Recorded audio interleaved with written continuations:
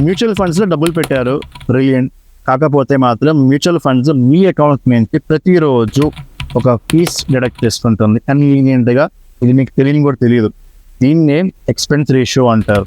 Expense ratio చాలా simple terms చెప్పాలి అంటే కనుక ఒక ఫండ్కి మనం యాన్యువల్లీ పే చేసే ఫీజ్.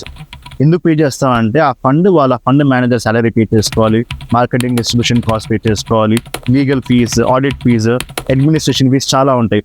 అది మనం పే చేసే ఫీజు.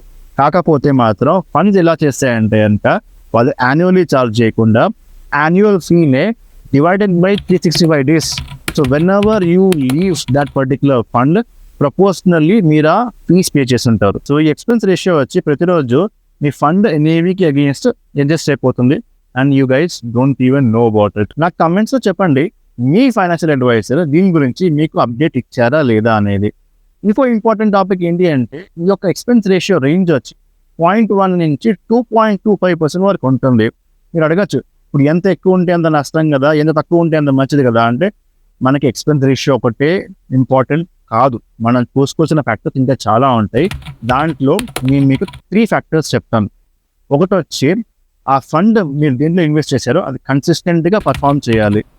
రెండోది వచ్చి ఫండ్ మేనేజర్ క్వాలిటీ. అండ్ మూడోది వచ్చి రిస్క్ అడ్జస్టెడ్ రిటర్న్.